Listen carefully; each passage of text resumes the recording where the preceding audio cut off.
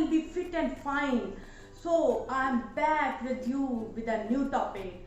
But today I'm not going to share any recipe because खाने के लिए कमाना भी पड़ता है और कमाने के लिए आपको कोई जॉब या बिजनेस भी करना पड़ता है. So if you are looking for any job and going to attend an interview in near future, then this video is for you.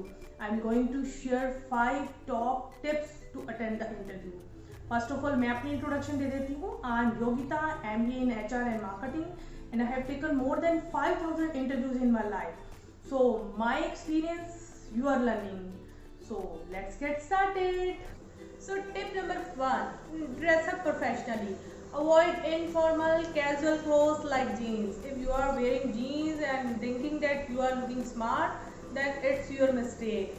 कई बार मैंने कैंडिडेट्स को देखा है कि वो जीन्स डाल के आते हैं और उन्हें लगता है हम बड़े स्मार्ट लग रहे हैं, but jeans is totally unprofessional and casual wear. और उसके साथ अगर आप स्पोर्ट्स शूज़ डाल रहे हैं वो भी अनप्रोफेशनल है, तो आपको वो अवॉइड करना है. आप सिंपल, अगर लड़कियां हैं तो कुर्ता डाल सकती हैं, साड़ी पहन सकती हैं, बट सिंपल लाइट कलर होने चाहिए.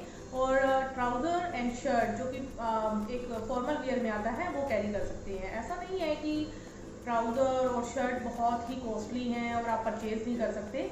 आजकल बहुत सारी साइट्स हैं, मिंत्रा है, आजियो है, जहाँ पर ये फॉर्मल वियर आराम से अवेलेबल हैं. तो ये आपने ध्यान रखना है. तो आपका जो सा ड्रेसअप है बहुत ही प्रोफेशनली होना चाहिए. एंड उसके अलावा अवॉइड हैवी ज्वेलरी. अगर आप लड़की हैं और आप ज्वेलरी वेयर करके जा रही हैं और आपको लग रहा है कि हम किसी पार्टी या फंक्शन में जा रही हैं, तो ये आपकी मिस्टेक है. आपको हैवी ज्वेलरी कैरी नहीं करनी. आप अगर करना भी जाती हैं तो स्मॉल पर्ल्स डाल सकती हैं और लाइट ज्वेलरी डालेंगी. और इसके अलावा अवॉइड टू मच मेकअप. कई बार मेकअप ज़्यादा किया होता है, जो जिस भी चीज़ से डिस्ट्रैक्शन होती है एम्प्लॉयर को, तो वो चीज़ आपको अवॉइड करनी है. तो avoid too much makeup. And last but not the least, आपको ये देखना है कि अगर आपने परफ्यूम लगाया हुआ है तो वो ज़्यादा स्ट्रॉन्ग तो नहीं है, क्योंकि वो भी एक डिस्ट्रैक्शन का कारण बनता है. तो वो भी अवॉइड कीजिए. Avoid strong perfumes. तो ये रही आपकी tip number 1. So tip number 2, be confident. Be your self and prepare a self introduction in advance. आपको पता है कोई भी इंटरव्यू होगा, उसमें जो भी एम्प्लॉयर होगा, आपको फर्स्ट जो क्वेश्चन पूछता है वो पूछता है इंट्रोड्यूस योरसेल्फ. तो वो इंट्रोडक्शन आपकी बहुत ही अच्छी होनी चाहिए और उसके लिए आपको प्रिपेयर करना होगा, प्रैक्टिस करनी होगी. अगर घर पे कोई नहीं है तो आप मिरर के सामने प्रैक्टिस कर सकते हैं. तो ये क्वेश्चन आपको अच्छी तरह प्रिपेयर करना है. Get well prepared with most common questions and answers. कई बार ऐसा होता है कि कुछ क्वेश्चन एंड आंसर हमें पता होते हैं कि वो एम्प्लॉय पूछेगा, बट हम उसे कैजुअली ले लेते हैं. तो वो प्रिपेयर करके जाइए और उसका आंसर कॉन्फिडेंटली दीजिए. जो आपको आता है वो आता है, जो नहीं आता वो नहीं आता.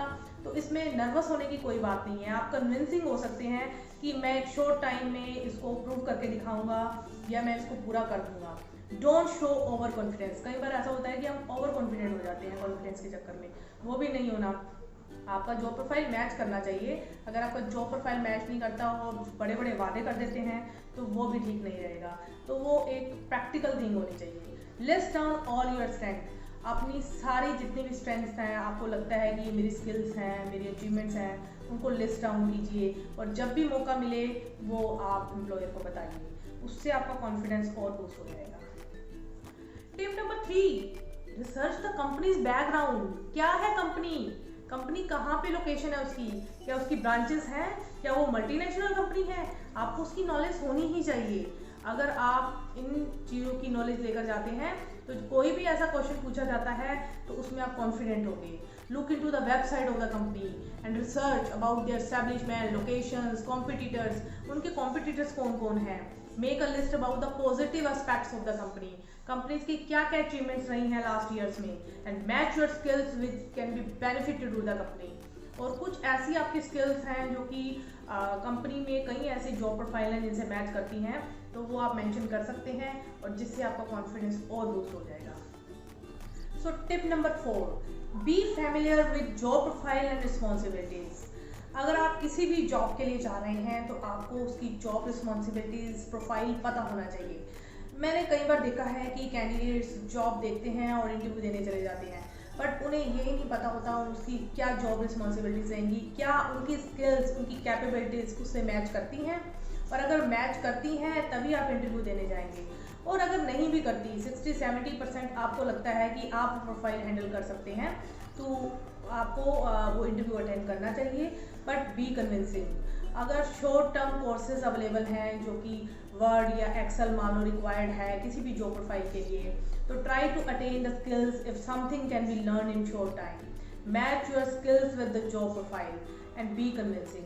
तो सबसे पहले आप जॉब को स्टडी कीजिए, जो भी जॉब वैकेंसी आई है उसकी प्रोफाइल स्टडी कीजिए और फिर जॉब का इंटरव्यू के लिए जाइए। So tip number 5, make a highly professional and convincing resume.